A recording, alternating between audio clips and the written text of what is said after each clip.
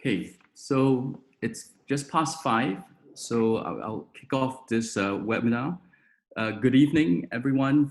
Thank you for dialing in on a Friday evening, and welcome to our live webinar on the impact of COVID-19 and the future of clinical trials. This is organized by the College of Clinician Scientists and the Academy of Medicine, Singapore. I'm Daniel Tan, one of the senior consultants at the Division of Medical Oncology at National Cancer Center, and I will be your moderator today. Before we begin, I just want to highlight a few house rules. And there will be a question and answer. First and foremost, there will be a question and answer at the end of this at the end of the sharing session.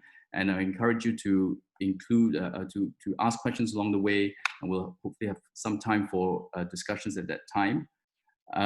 During the talks, we will be muting to enable the speakers to present without interruption. But as I said, I think we will have ample time to discuss some questions at the end. The webinar will be recorded, and there will be CME points for the local physicians, and this will be followed up with by the College of Clinician Scientists. As I said, there are many ways to ask questions, and we will encourage the questions to come throughout the session for the final half an hour when we'll discuss them. So I would now like to invite Professor Piers Charles, Senior Consultant, Division of Surgical Oncology, National Cancer Center, and current President of the College of Clinician Scientists, to give the opening address. Yes? Yes, thank you very much.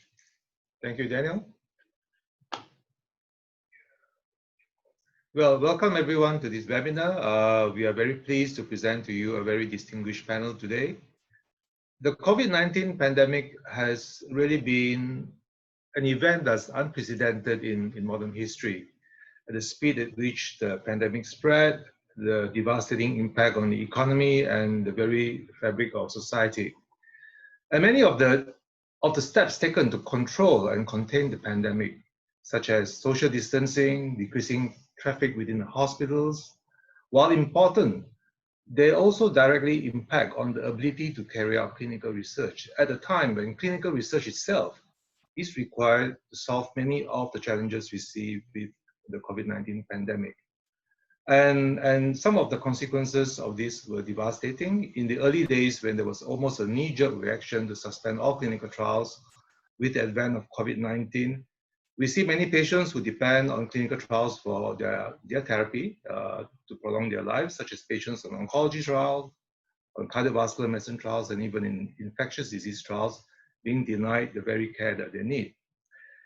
But we also see many positive things happening. We see a lot of important processes being speeded up in clinical trials, such as in the regulatory field, such as in the use of telemedicine with patients on clinical trials, and also even in the way IRB processes applications.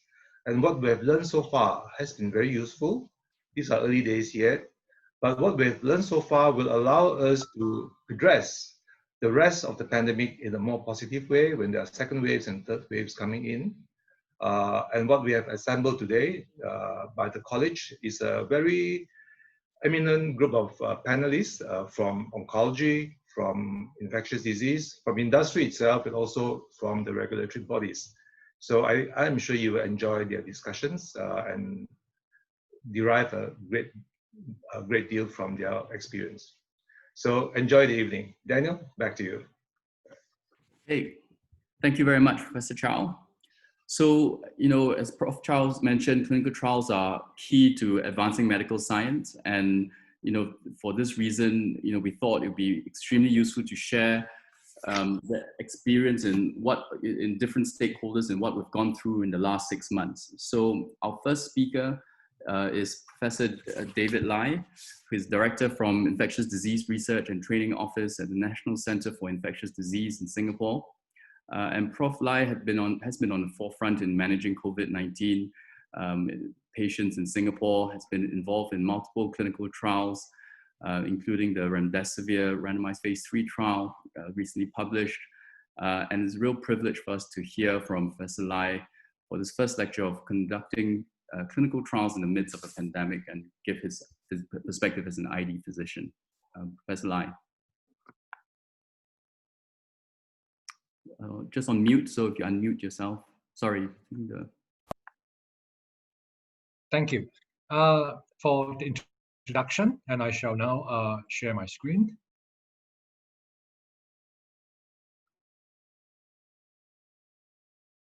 I'll start a timer. So this is more a show and tell to give you some learning points from the last 6 months in this pandemic. Thank you for spending your Friday evening with us. So this is an unprecedented, I mean, this is the overused word, unprecedented pandemic, but in SARS and in MERS, we clearly did not, as well as the 2009 flu pandemic, we really did not do so well when it comes to outbreak randomized controlled trials.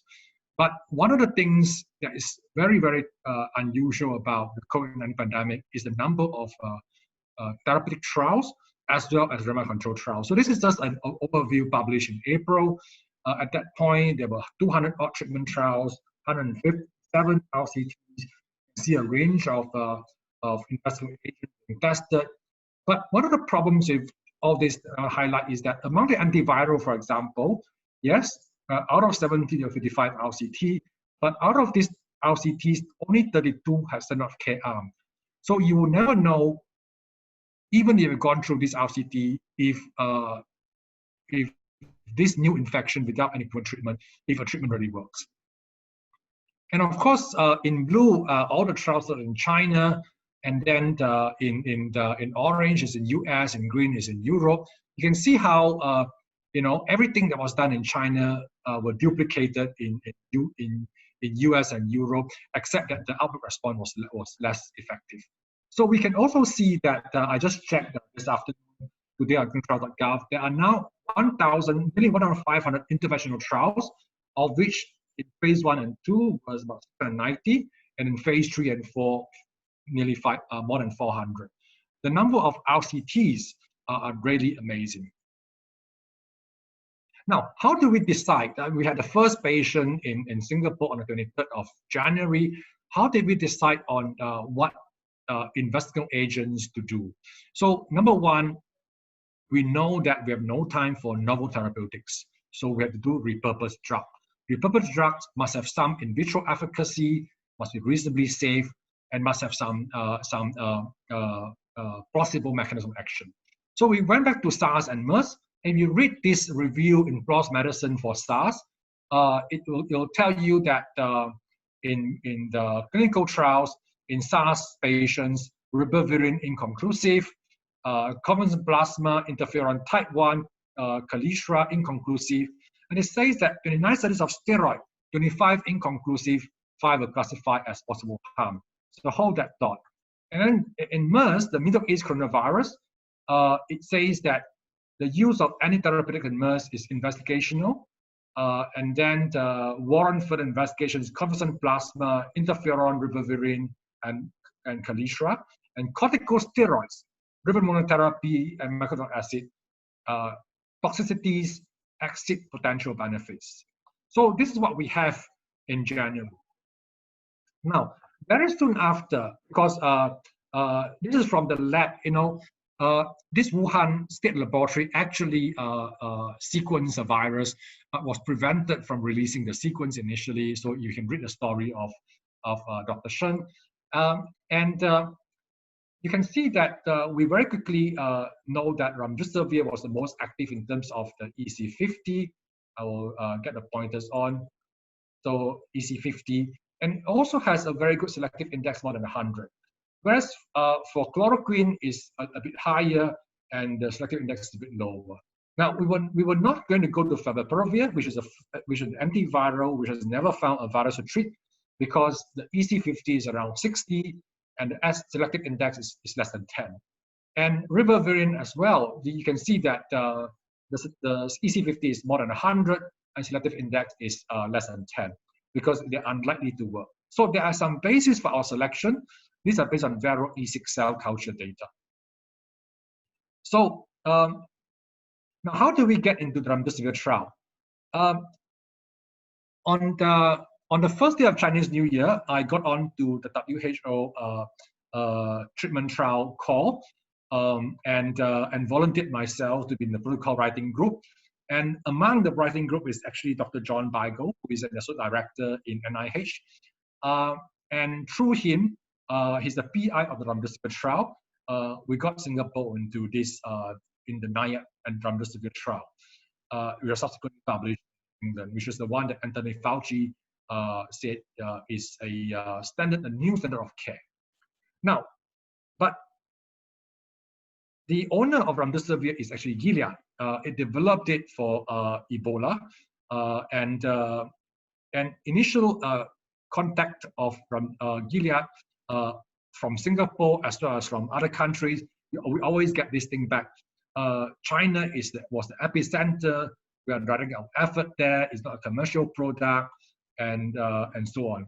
So Professor Fred Hayden from US was a former chair of the CDC Scientific Advisory Board. So he introduced us to the Gilead leadership in the US. But at the same time, I've got Dr. Lisa Uy, the Vice President in Healthcare in EDB, and Dr. Frida Ausegos, who is Head of License in Temasek, who managed to link us up as well with the global leadership of Gilead. And that makes it a lot easier.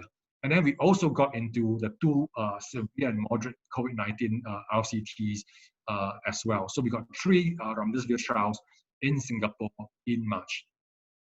Now, how did we go? So I think this is very important. People always think that it takes a long time. So for example, for the Gilead, you can see the date of submission of ethics and the date of approval for all 3 trials vary between actually, now, just look at the first 2 columns, 9 days for the Gilead and 11 days for the NIH ACTT1. Now, ACTT2 is just, it's because it's an adaptive trial, so the review is much faster, so it's half the time. And HSA, similarly, 4 to 9 days, very, very fast. Now, I mean, the NIH trial is actually an FDA trial, so I don't think we sacrifice on rigor. But people basically just over time. They work through the weekends and the evenings. And how about agreement? Agreement is always the bugbear of any trials, especially international multi-center trials. You can see that for the Gilead trials, we got it done in 13 days. For the NIH trials, because there was some question of how NIH is going to deal with the data, it took a bit longer. But essentially, we persuaded our lawyers that we weren't particularly interested to argue too much. They were arguing, we weren't. We just want the trial started. How about recruitment? So one of the features of the pandemic trial is the speed of ethics review and regulators review. People work overtime. The same amount of questions was asked, but we just work overtime. We answer on the same day. We don't dilly-dally. There was no weekend. There was no evenings. Okay, and recruitment. The Gilead severe trial recruited 400 patients over 28 days. Singapore got 60 in eventually. The moderate trial took a bit longer because most doctors across the countries were basically preferentially randomizing their severe patients. The ACTT trial, 1,000 patients over 58 days. And then ACTT2, 1,000 patients over 53 days. So not just once, twice, over 60 sites across many countries. So the second thing is the speed of recruitment. Everyone was just, not even, it's not just in Singapore, even in the US, the same thing. Doctors were referring patients for randomization and enrollment. It was more, my patient is sick, is potentially dying.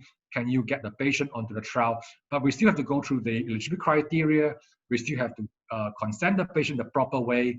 And we have to be very mindful as well of this pressure to be on the trial, because the patient may feel that, I want to be on the trial in order to survive.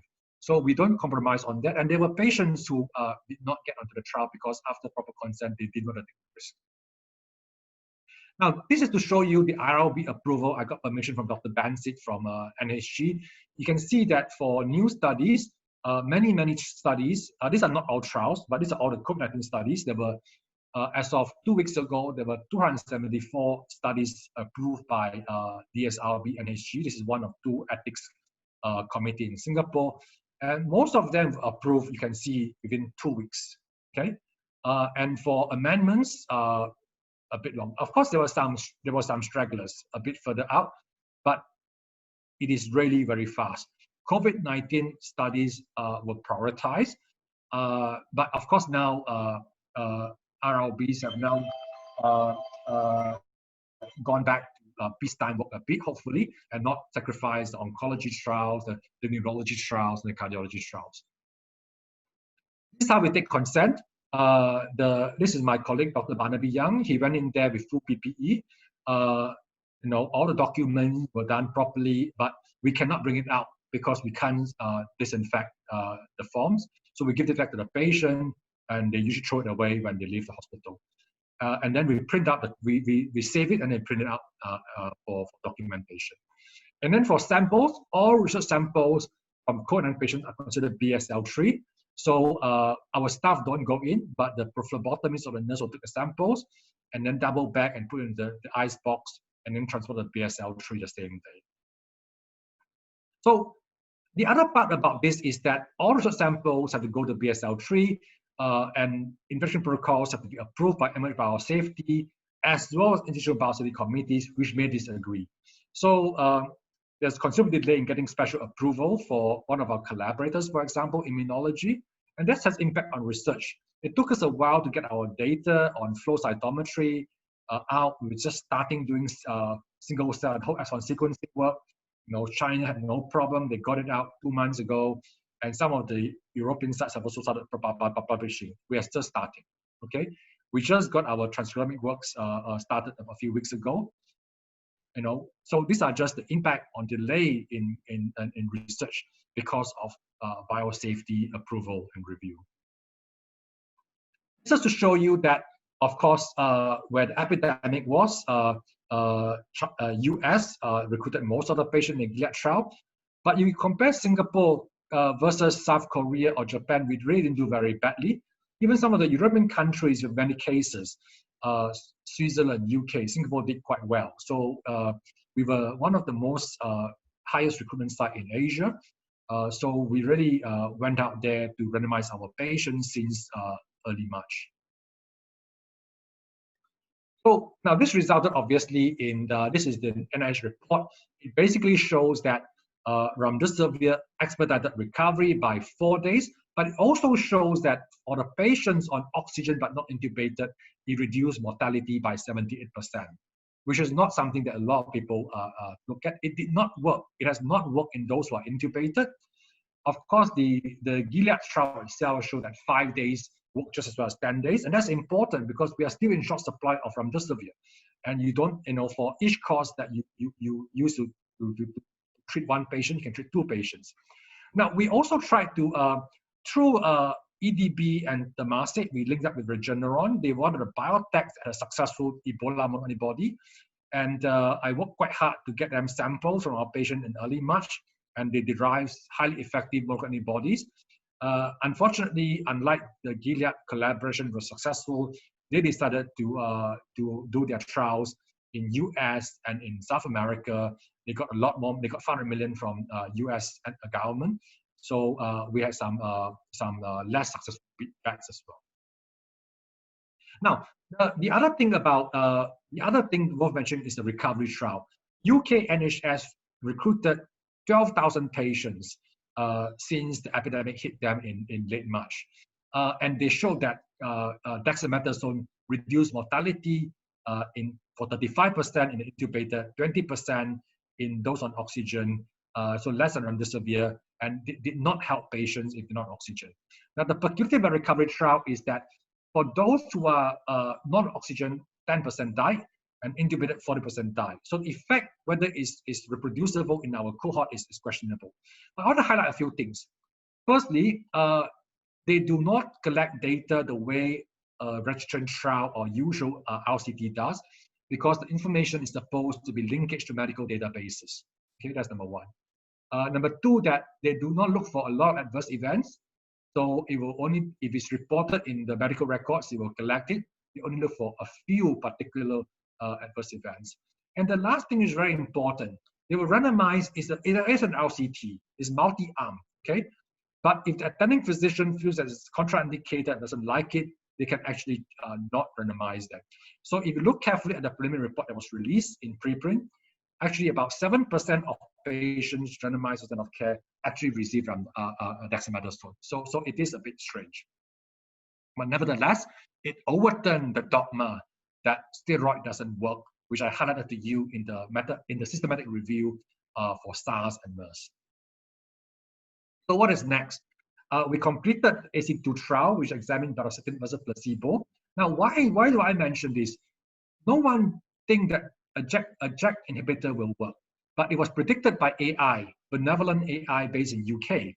And they then talked to us, we were to early countries, I couldn't get any virologists to test it. And then Eli Lilly tested it after talking to them, and then they went to trial with NIH. We are now planning the third trial. We were going to do monoclonal antibody, but it was vetoed by NIH.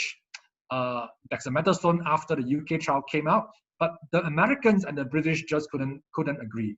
In US, remdesivir is center of care. In UK, dexamethasone center of care, and they will not compromise on that. So we can't compare remdesivir versus dexamethasone, for example. And there was this very, very promising drug called ERA-2801. It's already available. It's as active as remdesivir. There's this Ridgeback Biotherapeutics. But because Merck bought over this drug, it was vetoed, even though Ridgeback was very interested to work with us. But now we're going with interferon beta.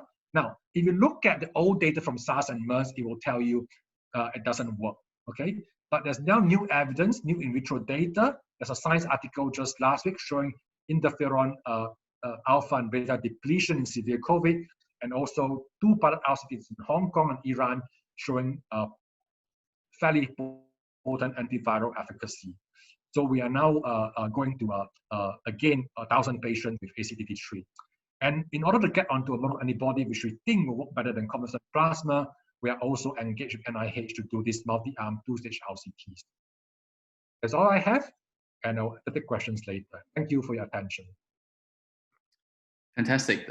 Thank you very much, David, for that really fascinating insight to what your field has done in the last 6 months, and you really have stress tested this drug development system.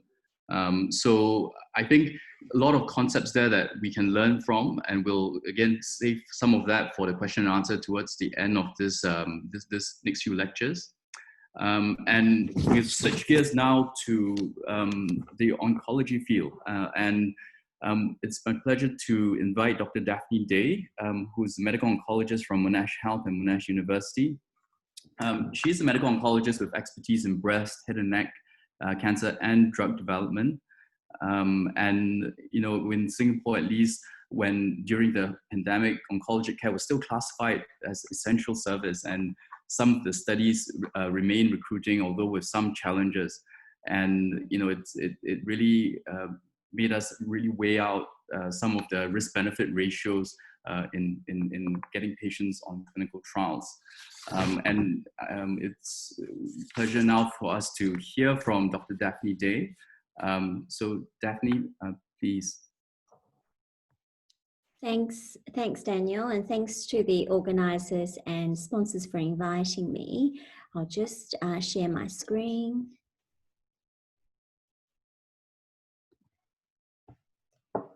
So it's my pleasure to present a perspective from a clinical trial, cancer clinical trial investigators' view on the impact of COVID-19 on cancer clinical trials.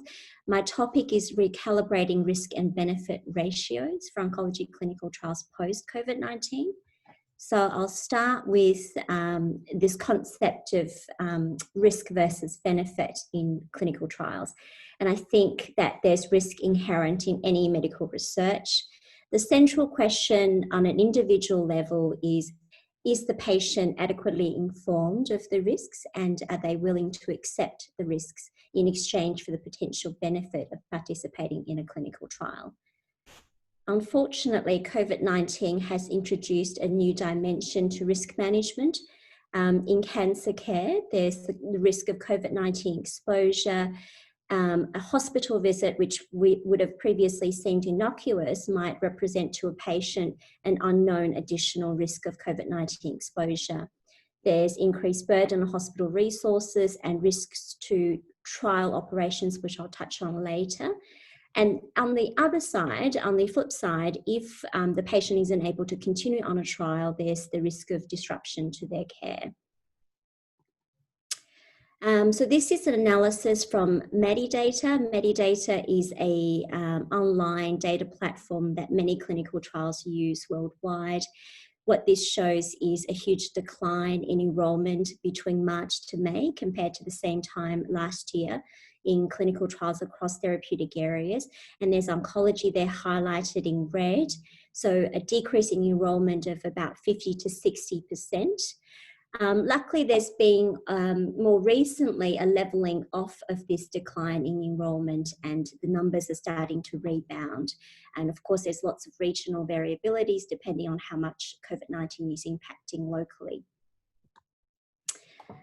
This is data from clinicaltrials.gov and the Cancer Research Institute showing that over 1,000 trials stopped, that's terminated or suspended due to COVID-19, including 200 cancer studies in March and April.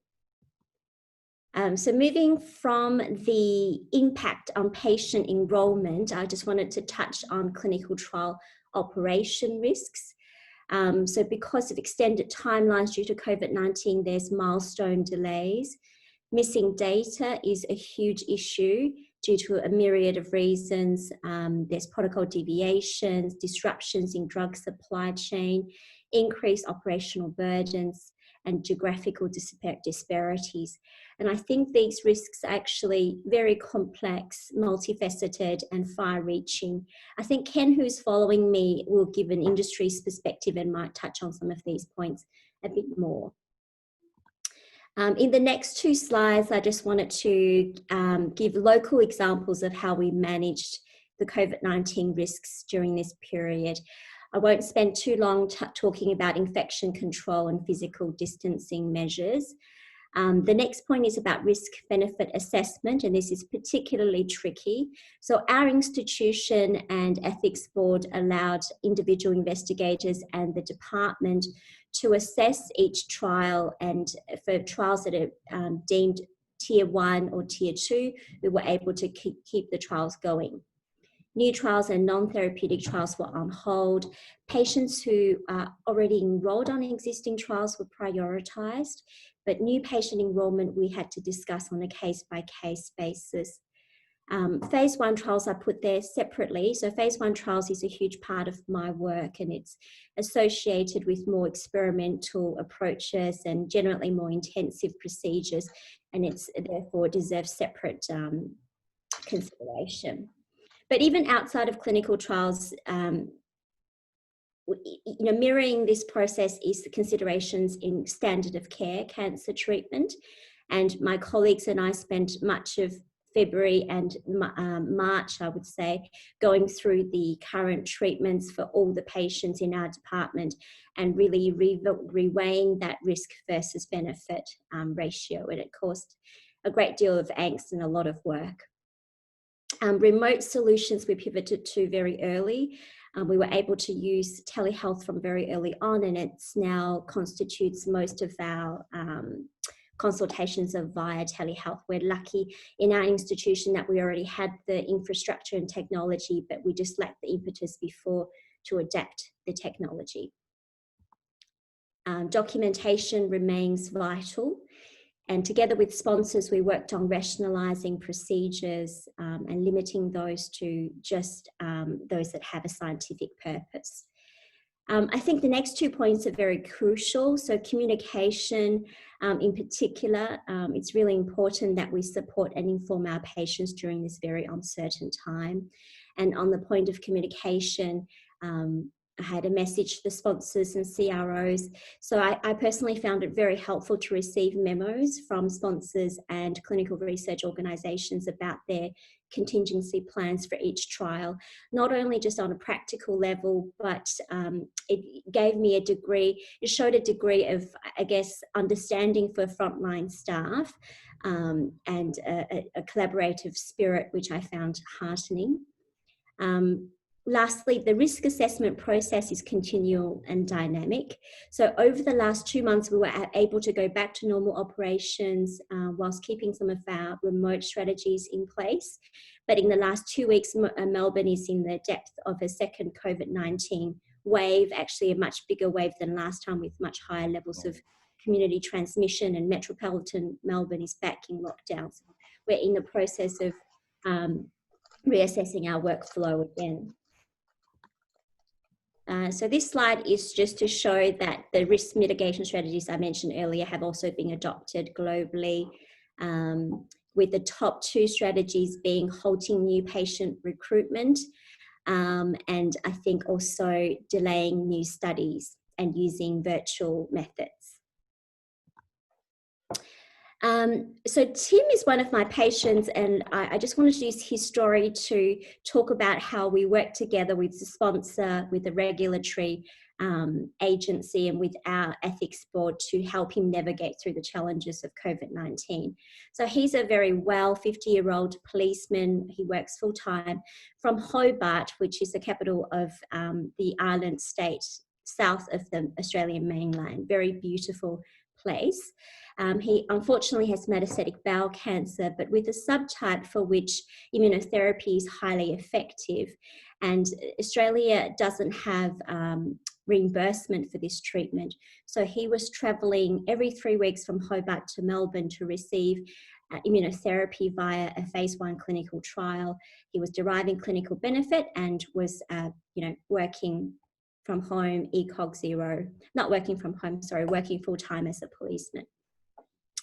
When COVID-19 hit and Australia went into lockdown with border restrictions across states in March, that introduced a lot of challenges for his travel, and he was quarantined. He needed to quarantine away from his family for 2 weeks every time he returned to Hobart. So this trial was testing a 6-weekly regimen at the same time in a different patient cohort. And those of you who work in a phase 1 clinical trial would know that normally patients wouldn't be able to switch between cohorts for obvious reasons. But we actually sought special consideration to the sponsor, and they performed pharmacokinetic modelling on this patient and allowed the switch, which meant his travel commitments were substantially decreased, and we were able to do telehealth for non-treatment visits. And then as of 2 weeks ago, we're back in lockdown with strict border closures because of the Melbourne issue. And Hobart, Tasmania is essentially COVID-free, so we wanted to keep him safe. So we are working with the sponsor and regulatory authorities and our ethics board to move his treatment to Hobart as a satellite site, using teletrials as the model. So this is probably a good time to go back to my original slide just to emphasize the benefits of clinical trials. To an individual patient, it can be the best and sometimes only treatment option, and can be life-saving. And on a societal level, it's the way we move cancer care forward, and it can impact thousands of patients. So I think COVID-19 has undoubtedly had devastating disruptive effects to cancer clinical trials, but at the same time, it has forced us to rethink some of our old habits, and really to work out ways to overcome the challenges that we've been faced. So I've just highlighted 3 challenges that I've found difficult in my practice, and how there has been positive change as a result of the COVID-19 response. I'm not sure if other investigators empathise with this, but administrative burden has become growingly, has grown with increased trial complexity, and it has added a lot to our work burden. It's being identified as a barrier to trial conduct. We know through COVID-19 that these processes can be simplified and they can be pragmatic. And as Daniel said earlier today, we can cut out the fat in running clinical trials. And I hope these changes will continue into the future. Another big issue in Australia, being such a vast country, is that trials are run in tertiary centres, which introduces inequality of access. And through the use of technology, we're witnessing trial decentralisation, which I think is going to be paramount in helping to broaden participation. Thirdly, there's a lack of public awareness before COVID-19 about what clinical trials are. I certainly would have to explain to someone for 5 to 10 minutes about my job. But now more than ever, there's a heightened awareness and an appreciation of medical research. And I think as a clinical trial community, we can embrace that and harness that. Now, this slide really echoes what David had already talked about, and I've just put it there to show how much we can achieve as a scientific community in an incredibly short amount of time when there's collective will. As David said, there's over 2,000 active and planned COVID-19 trials that are rapidly recruiting. In response, regulatory authorities have also been very agile, and they've issued emergency guidances which really look at how we can make trials more flexible and more patient-centric. And I think this shows that there's an appetite from a regulatory perspective to basically reform clinical trials. And I hope, again, that momentum carries over. So in closing, I just wanted to say that COVID-19 has exposed the vulnerabilities of our current clinical trial infrastructure, but it has also sped up and accelerated much needed modernisation. And I think collectively, with all the stakeholders, we can move toward a more patient-centred and sustainable trial paradigm if we work together. Thanks. Thank you, Daniel. That's it for me. Thank you very much, Daphne. So let's move on, and it's a nice segue into the next two stakeholders that we have sharing from now. And it's a real pleasure to introduce Dr. Ken Lee, who's the Chief Medical Officer in Asia Pacific for IQVIA. And he's going to share on some of the operational impact of the global pandemic on clinical trials. So Ken, over to you. Thanks very much, Daniel. And thank you also to the organizers for inviting me here. Good evening, everyone. So the next section of the webinar, we wanted to give a little bit more color and certainly the industry view to the impact of the pandemic on studies, to carry on from what Daphne has nicely presented there. And then to focus a little bit about how these learnings are impacting the way that we're thinking about the studies and how they will look and how they will run in the post-COVID-19 world, or in the new normal, as everyone is saying. So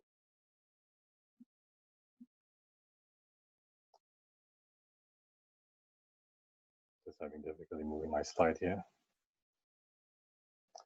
Okay, so firstly, in terms of the impact, COVID-19 has really impacted essentially every stakeholder, every part of the ecosystem for the studies. Sites were not accessible, either through lockdown or they had other more important things to do. Investigators, not just the expected ones like respiratory and infectious diseases, but a lot of the other specialties had to be roped into the front line as well, and then they did not have time to run studies. The participants, because of fear of infection, were less willing to participate, or they couldn't participate, as that lovely example from, well, I wouldn't say lovely, but good example from Hobart by Daphne. Our key staff, clinical research associates, research coordinators, couldn't get onto site as well, interrupting a lot of important on-site work. And our vendors and labs to do the testing, the samples, the investigational product, these were also impacted in many ways. And over the next few slides, I want to show you a little bit of data to sort of give you a flavor for how big those impacts are. This is our own data in terms of where we are seeing the different countries in the Asia Pacific region and where they are in the COVID-19 pandemic. And also to give you a flavor at the different times as they progress through how bad it impacted us on very important things for studies. That the site would be open to monitoring, that recruitment of new patients was possible, and patients who were already recruited and in flight could come back, right? So at the peak of the pandemic, we essentially saw more than 80% of our sites we couldn't get onto. Our recruitment dropped by over 90%. And subject visits, so patients who already enrolled and needing to receive care, they 70% drop of that of 70% versus what would be our usual number. The good news is a lot of countries are now moving to the right of that chart now, which is nice to see. And for some of the countries like China, are nearly back to a pre-pandemic level in terms of these three metrics here.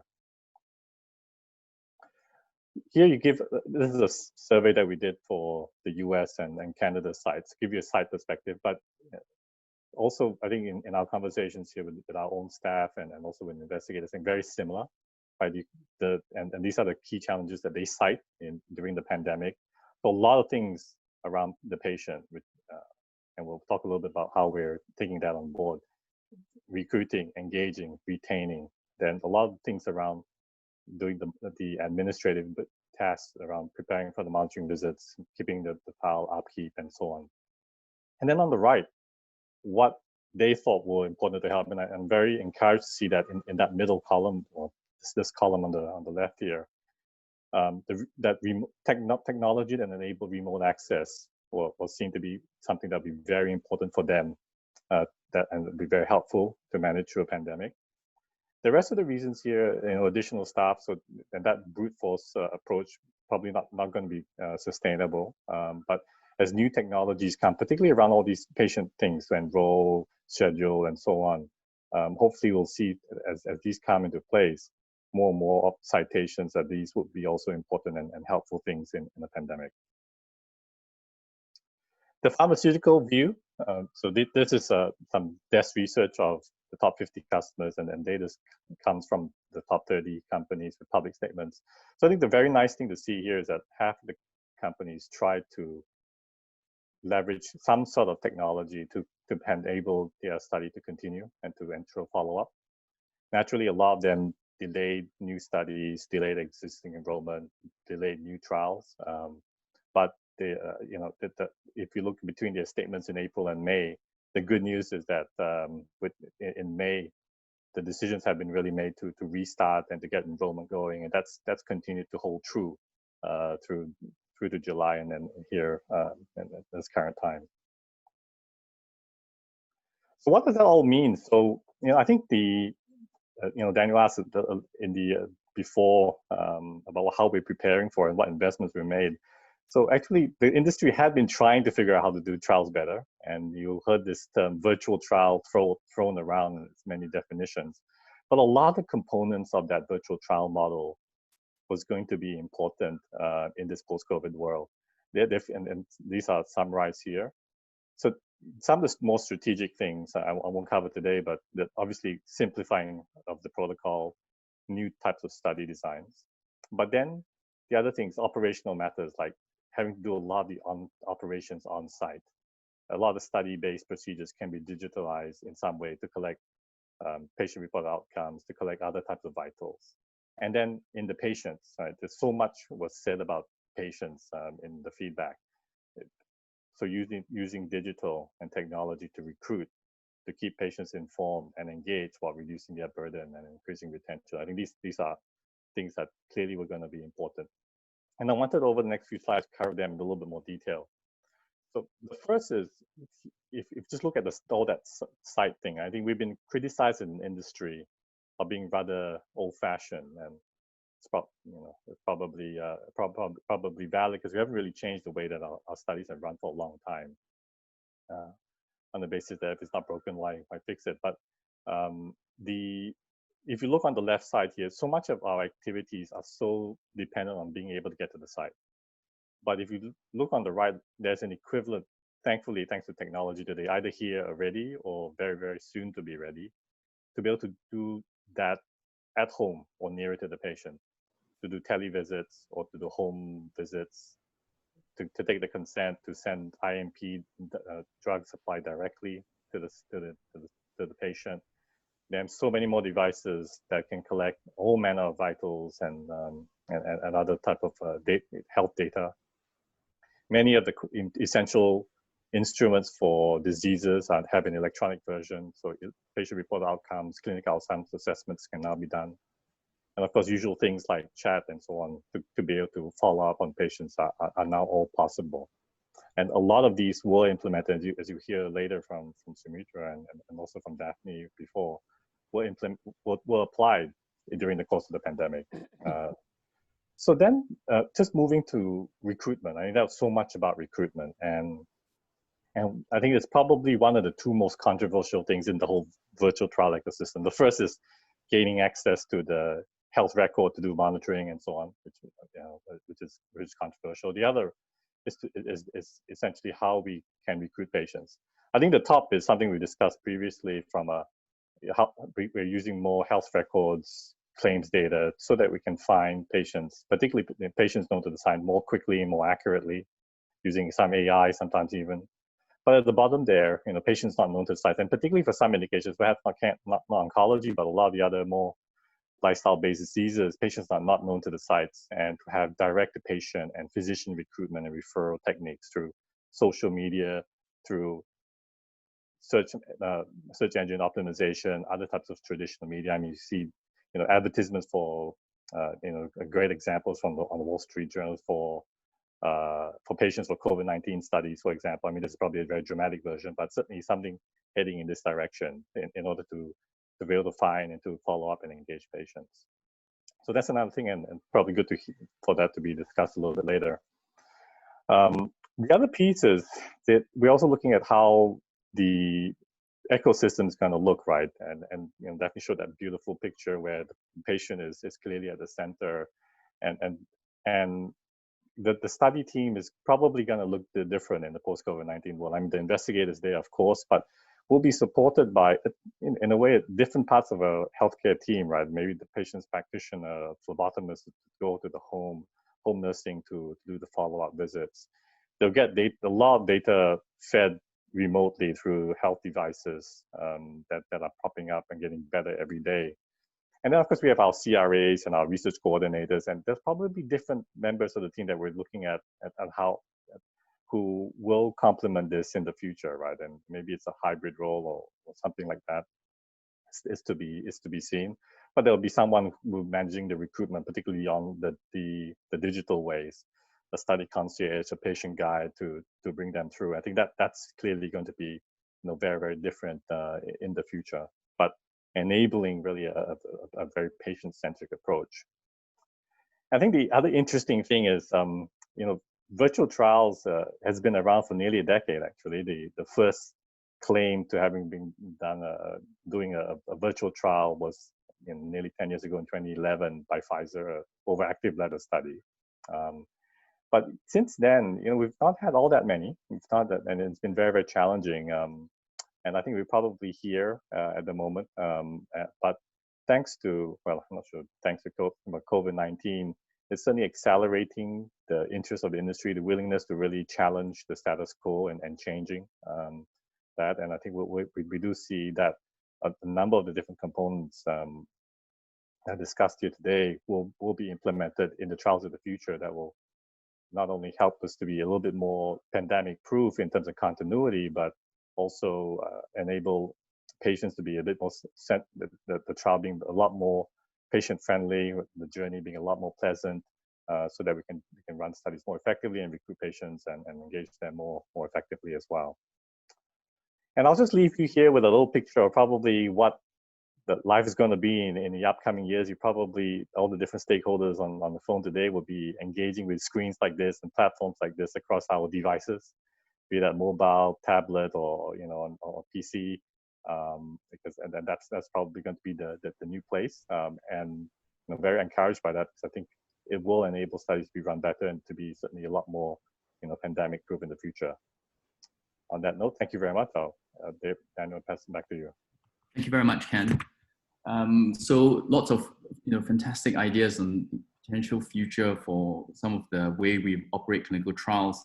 And I guess a lot of us often take advice from our regulatory agencies. So it's very apt that we now hear from Ms. Sumitra Sachidanathan, who's a regulatory consultant from the Innovation Office and Clinical Trials Branch. And she'll be sharing with us on the topic of regulating clinical trials during a pandemic. And she's really been really helpful to a lot of investigators and all of us during this time. So Sumitra, the time over to you now. Thanks, Daniel. I'm not sure if you all are able to see my screen. No, if you try slideshow mode, maybe that would show up. There's a big gray screen there for some reason. Is it better now? Is that better now? Yeah, that's right. That's fine. Okay. So yes, first of all, thank you very much to the organizers for inviting HSA to share our experience on regulating clinical trials during a pandemic.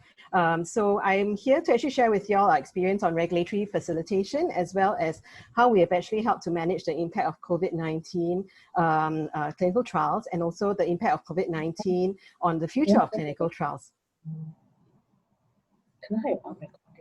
Okay, so basically is as part of regulatory facilitation, HSA has, I don't know. Angelina, I think you need to mute. Yeah, sorry. Okay, so as part of regulatory facilitation, HSA has actually been adapting with regulatory agility to accelerate the development of effective therapeutics and vaccines that are needed to combat the COVID-19 pandemic. So as part of that, we provide scientific and regulatory advice to sponsors and investigators to advance quickly promising therapeutics to clinical trials. We also expedite the review of clinical trials through rolling submission. And I shall share more about that in my subsequent slides. To date, we have approved about 8 COVID-19 clinical trials. And we also provide regulatory guidance on conduct of clinical trials during COVID-19 situation to sponsors and investigators. So I'm actually part of the Innovation Office and Clinical Trials Branch of HSA, where we engage sponsors and investigators in protocol development, collaborate with both local and international organizations, as well as regulate clinical trials of therapeutic products and medicinal products. We are also part of the International Coalition of Medicines Regulatory Agencies, called ICMRA for short. It comprises 29 members, represented by heads of regulatory agencies, and WHO is actually an observer. So ICMRA conducts fortnightly teleconferences during the pandemic to discuss key regulatory developments and policies, and to share information that can help to speed up the development of therapeutics and vaccines for COVID-19. It's an authoritative regulatory grouping that urges the regulatory community to prioritize and run large randomized controlled trials. So key characteristics of COVID-19 clinical trials most likely to generate conclusive evidence include methodologically robust study design and the use of robust endpoints, sufficient statistical power to conclude with reliable results, realistic recruitment and completion capacity, and address an unmet medical need. So as part of regulatory facilitation, we've also accelerated COVID-19 clinical trials. This is done through early engagement with sponsors and investigators through pre-submission meetings. And these pre-submission meetings can actually take place as early as 3 to 4 months prior to the actual clinical trial submission to HSA. And even when preclinical data or manufacturing data is even not available yet. We have also allowed for rolling submission of clinical trial applications where information can be submitted to HSA and on an ongoing basis before the formal clinical trial application. And this would include like non-clinical data, CMC data, draft protocol and informed consent form, and the investigator's brochure, which are submitted to HSA for us to take a look and give our feedback before the formal clinical trial submission. And this has actually largely helped to reduce the regulatory review timelines, as shared by David earlier on. We also continuously engage with sponsors and investigators during the review of clinical trial applications, and that has also helped to reduce the regulatory review timelines. And another part of regulatory facilitation is to provide access to trial participants. So as shared by my fellow speakers earlier on, we've allowed for telemedicine for remote consultation, alternative ways of obtaining informed consent, which I will elaborate later, investigational product supply via direct-to-patient service, remote study visits, as well as electronic data capture using electronic clinical outcome assessments like ePro devices. So as shared by my colleagues earlier on, so COVID-19 has significantly impacted the conduct of clinical trials, as you can see here and shared by Daphne and Ken earlier on. So what we've done is we have actually shared a regulatory guidance on conducting clinical trials during COVID-19 situation. And this was issued on 27th of March. In that, we actually provided important considerations for contingency measures. But it's important that whatever contingency measure that you plan to implement, you must always consider the safety of trial participants, as well as data integrity and quality. So for example, for informed consent, I think some of the challenges that the investigators faced was, for example, if the trial participant was isolated due to COVID-19, then the hospital's infection control policy prohibited any materials from being removed from the isolation ward.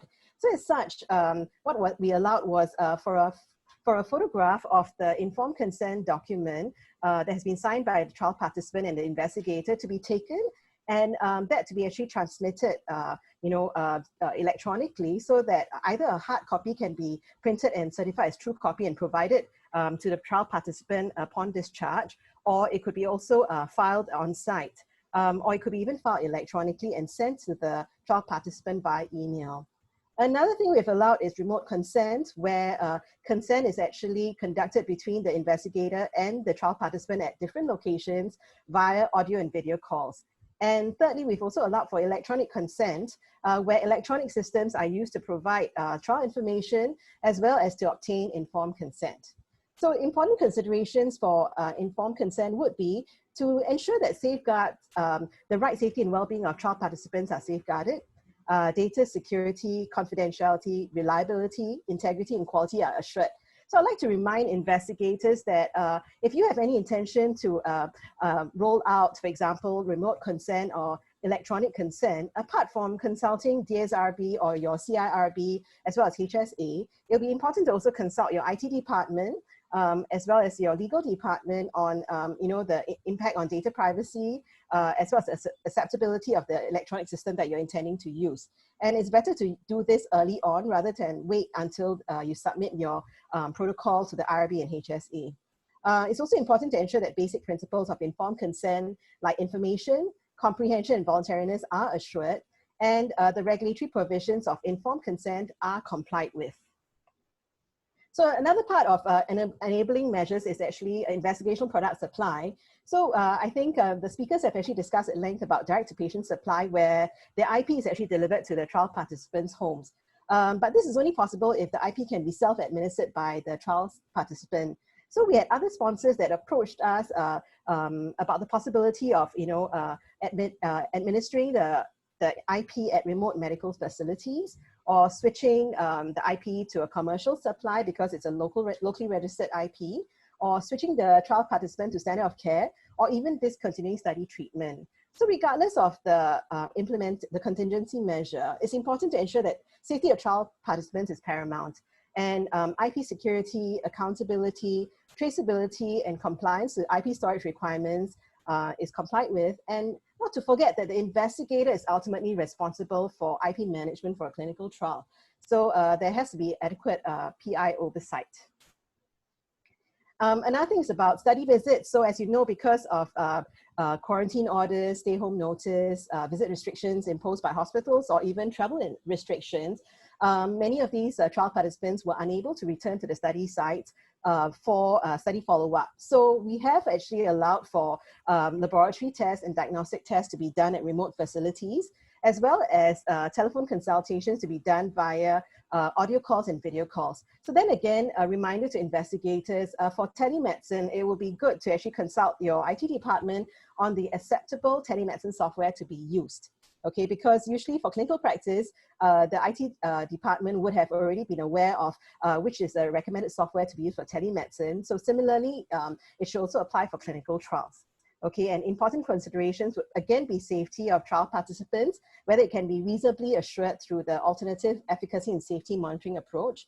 Again, data security, confidentiality, reliability, integrity, and quality are assured, as well as there should be adequate PI oversight. Another thing is actually for sponsors. So as shared by Ken, so basically is performing on-site monitoring visits was a challenge, and sponsors actually resorted to either cancelling monitoring visits or even postponing it during the COVID-19 situation, or if not, move towards centralized monitoring of electronic systems or even remote monitoring. So for remote monitoring, I'd like to emphasize that locally, if you're planning to do remote monitoring, which involves remote source document verification, where the source documents like maybe medical records of the participant needs to be transmitted remotely, I'd just like to remind all sponsors and investigators that we actually do not recommend uploading identifiable source documents for the purpose of remote monitoring. So it has to be de-identified because this is actually to protect the trial participant privacy as well as data confidentiality. So it would be recommended for sponsors to adopt a risk-based approach to monitoring, and they focus on data and processes that are critical to protecting the right safety and well-being of trial participants, as well as the data integrity and quality. Again, I cannot emphasize any more, but data security, confidentiality, reliability, integrity, and quality are assured.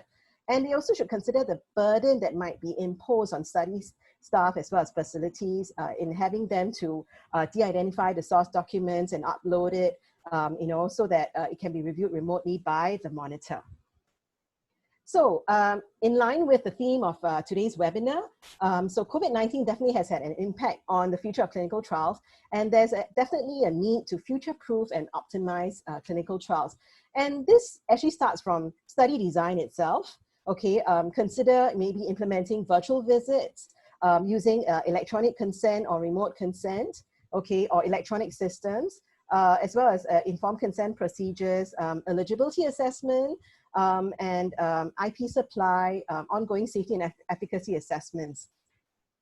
So for example, I think this has already been covered by my previous speakers. So just to wrap it up, so some consideration for sponsors and investigators is in the future would be telemedicine for video consultation, electronic consent, digital monitoring technologies, for example, using an Apple Watch, to monitor the patient's health status, home visits where you send nurses to the participants' homes to, do some study procedures like blood draws, or even IP administration, then supplying the IP via direct-to-patient supply, as well as electronic clinical outcome assessments. So virtual clinical trials, it can complement traditional clinical trials, but at present, I don't think it would actually completely replace it. Benefits is that it reduces the need for face-to-face visits. So as such, it's more efficient and less burdensome to the trial participants. It also allows meaningful and complete understanding of trial participants' conditions and responses. But challenges would be safeguarding the privacy of trial participants, again, data security, confidentiality, reliability, quality, and integrity, cost for the setup and maintenance, as well as unreliability because certain study populations may not be very familiar or keen to use all these electronic systems. So whatever the case, we would recommend that sponsors consult HSA as well as your IRBs on the plans prior to implementation. So I've come to the end of my presentation and welcome any questions if you have. Thank you. Thank you very much, Sumitra. Now we'll come to the question and answer session. And we've got about just 15 minutes for this. And we want to thank the audience for having posted some questions. I thought maybe since we had a few questions on the regulatory aspects, and I think this is something that is worth discussing further, how much of these, adaptations that HSA or the regulatory agencies have made in the midst of the pandemic, how much do you think can be really adopted and applied to in the future? Because clearly, I think it's unsustainable as well for everyone to be working around the clock like that. But do you have a sense of how we should prioritize the kind of things that we want to implement. Sumitra, maybe that question to you. Yeah, so I suppose lessons learned would be like, for example, the use of digital technologies, for virtual clinical trials, I think is the way forward. And I think collaboration is very important, not only between PIs and sponsors, but also with your regulator and your IRB, to work together towards a common goal. And early engagement is very important. So like I mentioned, we have pre-engagement, pre-submission meetings, even when the product is still early in its development phase. And that has actually helped to sponsor companies to take our feedback. And by the time that it's submitted as a clinical trial, it actually speeds up the regulatory approval timelines. And also, I think the change of mindset is very important because, with digital transformation, I think it's like what Ken shared earlier. I mean, some of these virtual clinical trial technologies is nothing new actually. But maybe earlier on, before COVID-19, there might have been some resistance, or concerns. But now, because we've had a chance to test them, and I think we are more confident of, implementing them, I would encourage sponsors and investigators to basically pursue, these options when they are conducting clinical trials in the future. Okay. Thanks. So we also have a lot of interest in some of the COVID trials that David had discussed earlier, and some of them also relate to the concept of having trials that are there for access. I guess a few thoughts about the what David senses with regards to phase 3 trials. Certainly, in a lot of some instances, we repeat, some phase 3 trials are done in different ethnic populations just so that you can, basically better characterize safety and efficacy. Did you see a lot of, it looks like there was a wave of trials going on, in the COVID situation. Were there as many Me Too trials that that you think happened? Was there streamlining of some of the regulatory approvals, for example, in different countries? And maybe that question to David, and then maybe to Sumitra as well, if from the approval side of things. Maybe I will answer some of the collective questions on this aspect. Now, are there wasted trials? I think certainly there are. And what do I mean by that? There are a lot of trials with sample size less than 100. And these are repurposed drugs. So people wanting to do a study on their own does not seem to want to collaborate in multi-center trials. So this is a waste opportunity. Lack of standard of care will not inform efficacy on a new disease with no proven treatment. And so, for example, if you think about the Calitra trial and remdesivir trials in China, in Wuhan, they had the opportunity to inform the world if these two drugs will work, if they have collaborated. There were so many patients, there were 80,000 patients in China, but no, they wanted to study traditional Chinese medicine, they wanted to study steroids, study this and that. There was no coordination. So I think, and the lessons were never learned. You see it again in Europe, you see it again in US. Now, what about this controversial issue of Gilead expanding the population? Now, Gilead was actually never really going to run the trial to answer the question if it works. But people asked for the drugs, and they didn't want to repeat the mistakes of Peramivir in pandemic, where the drugs was IV and Iperamivir was made available without any research. So they designed a trial to answer the question of duration, and they collected on safety. And it's primarily for access. It was always meant to be for access. If the initial data wasn't good, they weren't going to continue beyond that. So, but once they knew that something was okay because of DSMB, then they expanded it to 6,000 for the severe patients, for 1,000 for the moderate patient. It was purely for access. Now, was there any benefit for other countries after the access? I don't know about the others, but we were able to have some negotiation. But of course, commercial supply is short. And as we now know, the US has mopped out the world supply for 3 months. Now, that's the important part of having a randomized controlled trial, because I can tell you that in March, I saw a lot of liver abnormality. And as doctors, we have biases. But if you look at all 3 RCPs from Gilead, from NIH, from China, compared with placebo, with standard of care, there was no difference in their abnormality. So that's the importance of an RCT, even if a pandemic that kills people. Because if you don't randomize, you don't have placebo control, you don't have a standard of care arm, you're never going to find out if there is benefit or there's harm. I think this is my key answers to the questions. Thank you. Thank you, David. And Sumitra, do you have a sense about harmonization of regulatory agencies internationally in terms of accepting trials done in different countries, or do you think that still there's somewhat rigid framework? No, we do actually harmonize with our fellow regulatory agencies, and we also prioritize. So especially for COVID-19, like I shared earlier, we actually prioritize the COVID-19 clinical trials, and I think that actually helped to speed up the regulatory review timelines. So I think definitely yes. Okay.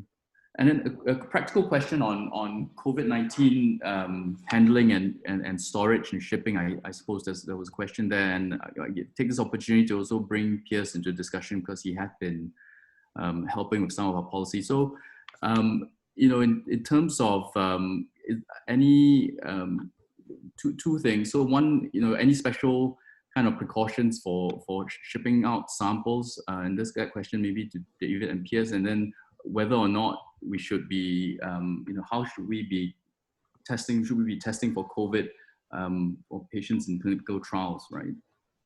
I think I'll probably address that part of the clinical trials that do not involve COVID disease. So one of the impact on clinical trials such as cancer trials was, of course, that most of the trials were suspended. And in addition, even when we start, we are not allowed to collect samples, which of course defeats the purpose of many of the studies. So we look at that and we came up with a set of guidelines to say, firstly, if you were to collect samples from a patient and that patient obviously has signs and symptoms of COVID-19, that's not going to work.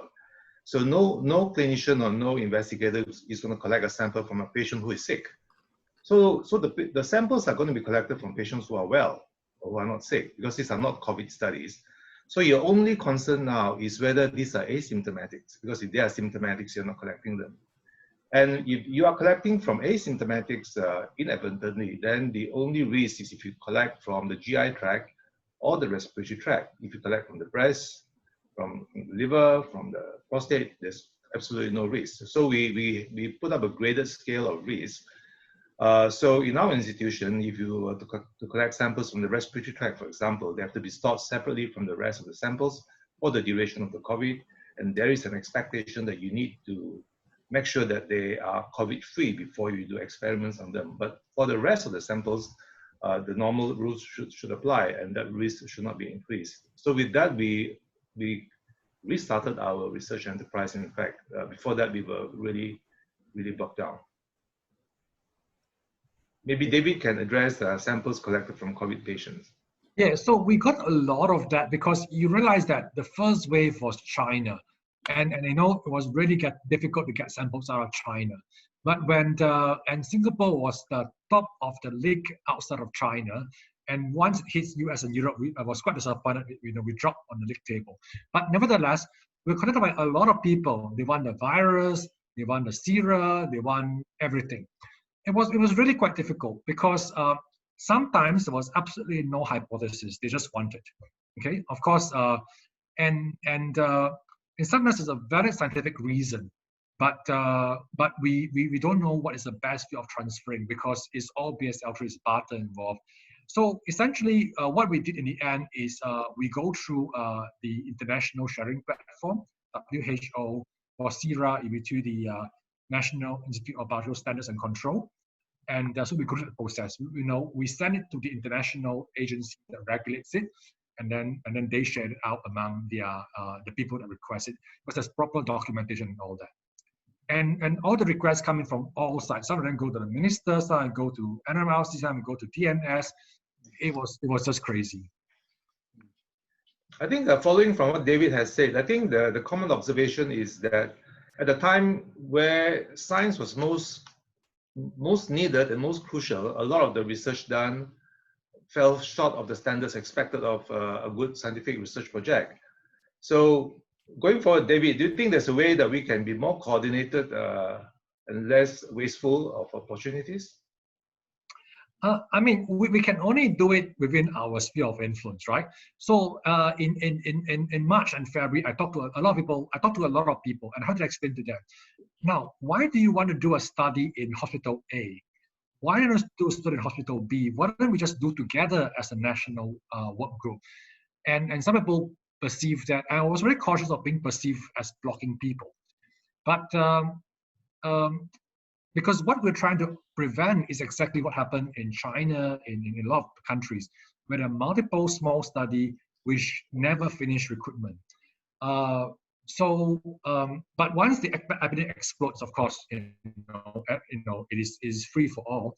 I think there's a lot to argue for working together, because you get there faster. I mean, for example, how do you recruit 1,000 patients in less than 2 months? It was just unheard of outside of a pandemic.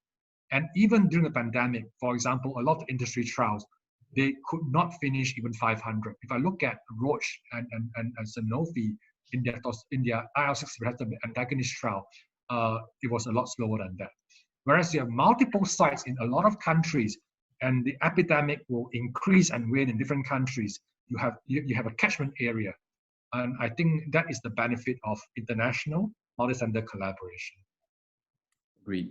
So we have 2 more questions, and then I think we end there. So one is a practical question, and David, this in the COVID positive patients, I guess we are told that maybe some regional participants and community spread or rates are different in different countries now.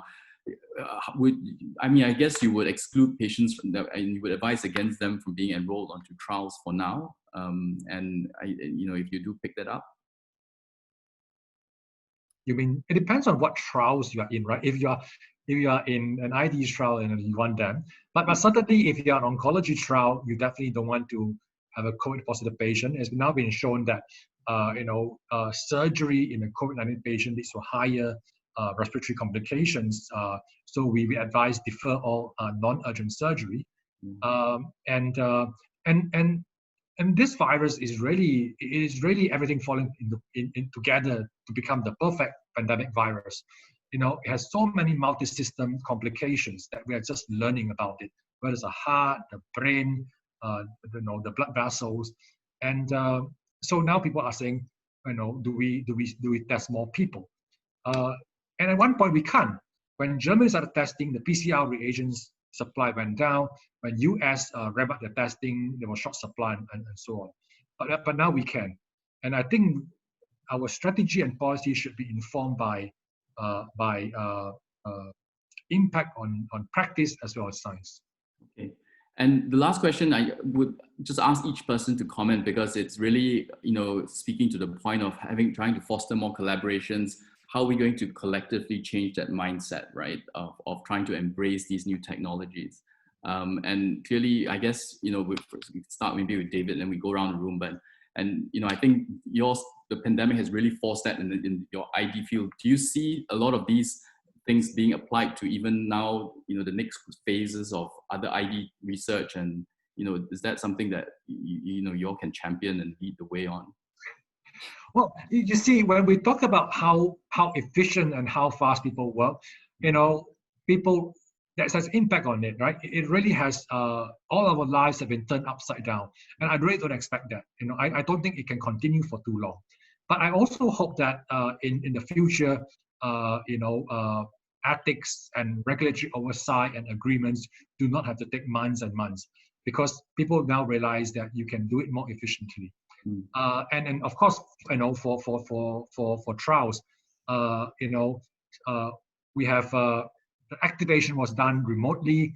The trial monitoring was done. The training was done remotely, and the monitoring was done remotely, and yet it is still FDA accreditable.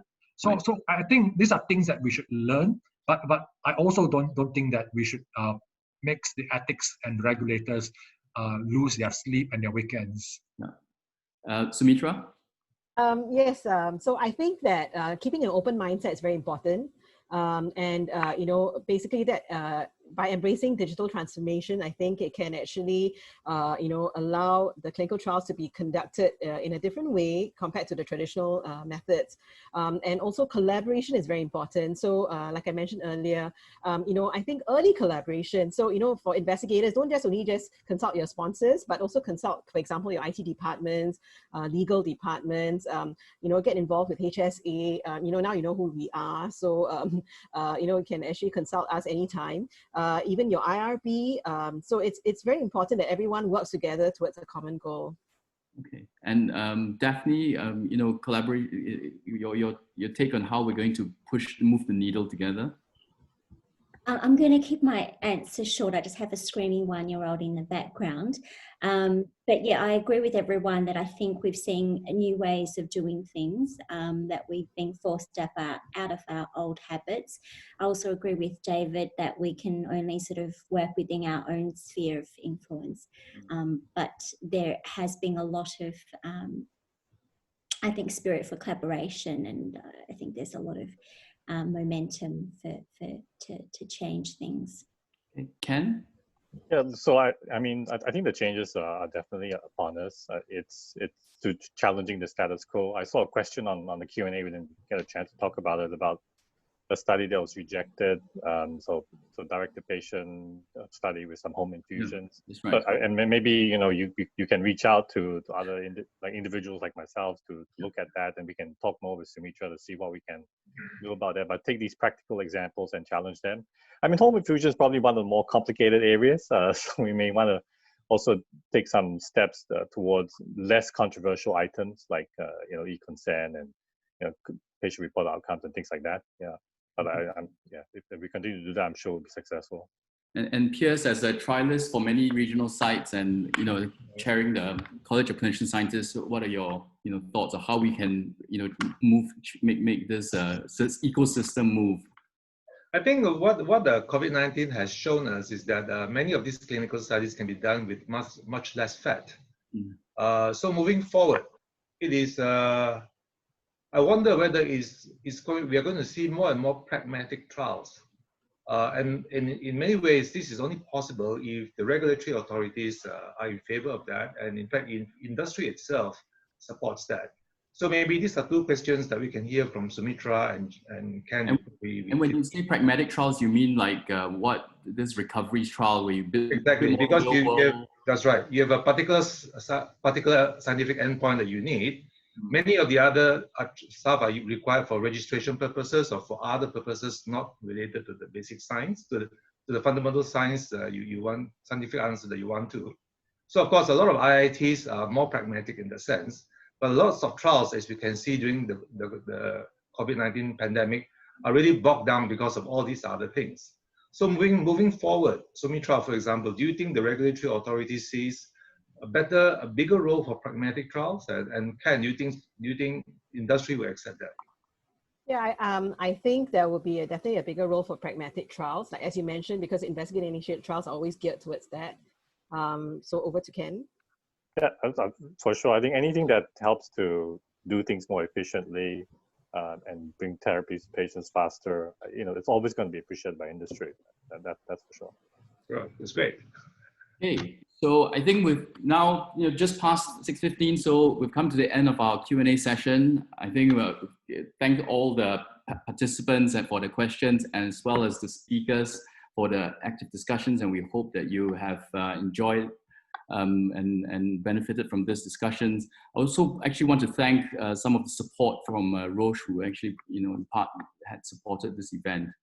So appreciate any continued feedback on this. I think what we've learned is that change is indeed possible, and we really need to really kind of embrace this as we move forward and design clinical trials that are so essential to advancing medical science. So thank you everyone for the attendance today. So have a good evening.